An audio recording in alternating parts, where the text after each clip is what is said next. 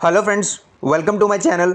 दोस्तों, आज की वीडियो में मैं आपको बताऊंगा कि कैसे मोटोरम ख़त्म होने के बाद आम लोगों की ज़िंदगी और जो नॉर्मल व्यापारी हैं, नॉर्मल जो ट्रेड करते हैं, छोटे बिजनेसमैन हैं, उनकी ज़िंदगी किस तरह से परेशानियों में डूब रही है, किस तरह से परेशानियों में वो लोग फंस रहे हैं। और इसके बारे में कोई भी बात नहीं कर रहा है, सभी लोग इसको अनदेखा कर रहे हैं। बस बैंक वाले, सरकार, आरबीआई वाले सिर्फ अपनी प्रॉफिट के चक्कर में लगे हुए हैं और बैंकों को ज़्यादा से ज़्यादा मुनाफा देने के चक्कर में सोचा जा रहा है और आम पब्लिक के बारे में कुछ नहीं ध्यान दिया जा रहा है। तो चलिए दोस्तों, न्यूज़ स्टार्ट करते हैं। दोस्तों, न्यूज़ स्टार्ट करने से पहले बोलना चाहूँगा, मेरे चैनल पर नए हैं तो चैनल को सब्सक्राइब करें, मेरी वीडियो को लाइक करें, एक लाइक ज़रूर बनता है। चलिए वीडियो स्टार्ट करते हैं।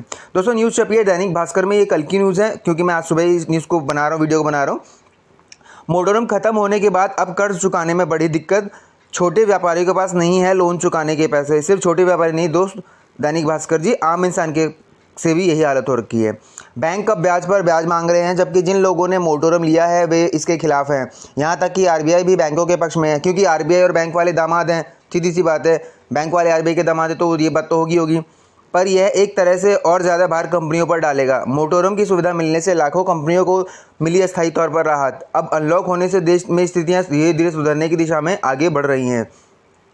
देश में छोटे व्यापारी जो पहले से ही व्यापार महामारी के बीच संघर्ष कर रहे थे, अब मोटोरम के समाप्त होने के बाद कर्ज चुकाने के लिए संघर्ष करने लगे हैं। भारतीय रिजर्व बैंक ने उधारकर्ताओं को कर्ज चुकाने के लिए 31 अगस्त तक के लिए मोटोरम की सुविधा दी थी। इसमें देश के 1.8 ट्रिलियन डॉलर के लोन का लगभग एक तिहाई हिस्सा इन उधारकर्ताओं के पास है। जैसे तैसे बिजनेस संभालने में लगे हैं। हर तरफ से मांग में कमी आई है, हालांकि फिर भी बिजनेस जैसे तैसे उठ खड़े होने की कोशिश में लगे हुए हैं।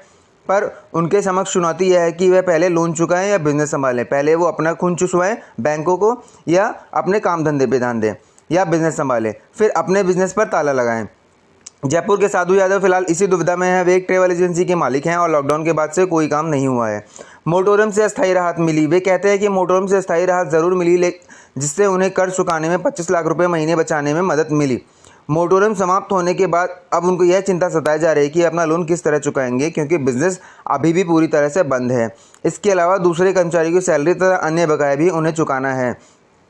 आरबीआई को बैंकों को मोटोरम बढ़ाने के लिए कहना चाहिए। कॉस्मोस एजेंसीज एलएलपी के मैनेजिंग डायरेक्टर फिलिप ने कहा कि रिजर्व बैंक को बैंकों से मोटोरम बढ़ाने के लिए कहना चाहिए, नहीं तो मेरे जैसे दूसरे लोगों के लिए कर्मचारियों की छटनी करने के अलावा कोई रास्ता नहीं बचा है। हालांकि केंद्रीय बैंक ने बैंकों को मोटोरम का विस्तार करने और कर्ज पुनर्गठन की अनुमति देकर फिर से कस्टमर का बेवकूफ़ बना दिया है। नए तरीके से उधारकर्ता को कुछ राहत प्रदान की है, घंटा राहत प्रदान की है, लेकिन यह प्रक्रिया अपने आप होने वाली नहीं है, क्योंकि इसमें भी बैंकों के आगे हाथ जोड़ने पड़ेंगे। बैंक आपकी शक्ल देखेगा, मुंह देखेगा, थोबड़ा देखेगा, हाइट देखेगा, उसके बाद पसंद करेगा तो देगा, वरना नहीं देगा।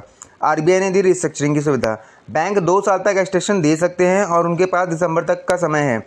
उन्हें कौन कौन से लोन की रिस्ट्रक्चरिंग करनी है, इसमें जून 2021 तक किया जाना है। प्रधानमंत्री नरेंद्र मोदी की सरकार ने 31 अगस्त तक कर्ज पर ब्याज माफ़ करने का आकलन करने के लिए एक पैनल भी स्थापित किया है, जो कि हमेशा की तरह सोया रहता है। कई छोटे व्यवसायों के लिए जो भारत की अर्थव्यवस्था में लगभग 30% का योगदान करते हैं, उनके लिए राहत पर्याप्त नहीं है। 1 करोड़ 75 लाख दुकानें बंद होने के कगार पर हैं। Confederation of India traders CAIT के मुताबिक सरकार की ओर से वित्तीय मदद की कमी के कारण 1/4 छोटे कारोबारियों का प्रतिनिधित्व करने वाले करीब 1 करोड़ 75 लाख दुकानें बंद होने की कगार पर हैं। बेंगलुरु में society general GSC pro limited के अर्थशास्त्री कुणाल कुंडू ने कहा कि अर्थव्यवस्था के लिए अगले तनाव की दूसरी लहर आने की संभावना है, पर उनका यह भी कहना है कि अगर तमाम छोटे बड़े और मझोले उद्योगों को 6 महीने की राहत नहीं मिली होती तो अब तक कितनी कंपनियां बंद हो गई होती और इतने लोग बेरोजगार हो गए होते। अर्थव्यवस्था में लगभग 24% की गिरावट। पिछली तिमाही में अर्थव्यवस्था लगभग 24% तक गिर गई थी। यह दुनिया के सभी बड़े देशों में सबसे बड़ी गिरावट थी। जब सीधी सी बात है, बहुत बड़े देशों में भारत काउंट होता है तो गिरावट भी बड़ी काउंट होगी ना, ये तो कॉमन सेंस है। जब से लॉकडाउन लगा है तब से मांग और खपत दोनों में काफ़ी गिरावट आई है। इसी दौरान लाखों लोगों की नौकरी चली गई है। हालांकि अनलॉक होने के बाद स्थितियाँ धीरे धीरे सुधरने लगी हैं, सुधरने की दिशा में आगे बढ़ रही हैं, पर अभी भी तस्वीर कोई बहुत अच्छी नहीं दिखाई दे रही है। बैंक है मोटोरम के खिलाफ, सीधी सी बात है ना, बैंक मोटोरम के खिलाफ होंगे, उनकी हराम की कमाई बंद हो जाएगी, इंटरेस्ट जो उनको मिलना होता है।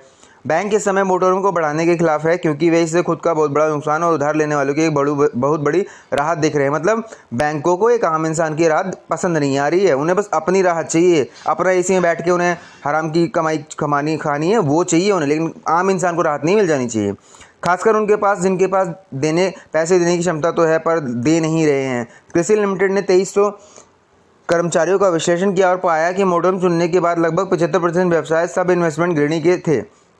हर 5वीं कंपनी ने मोटोरोम के लिए किया अप्लाई। इसमें कहा गया है कि ज्वेलरी, होटल और ऑटोमोबाइल डीलर्स जैसे क्षेत्रों में हर 5वीं कंपनी ने ऑटोमोबाइल के लिए आवेदन किया है।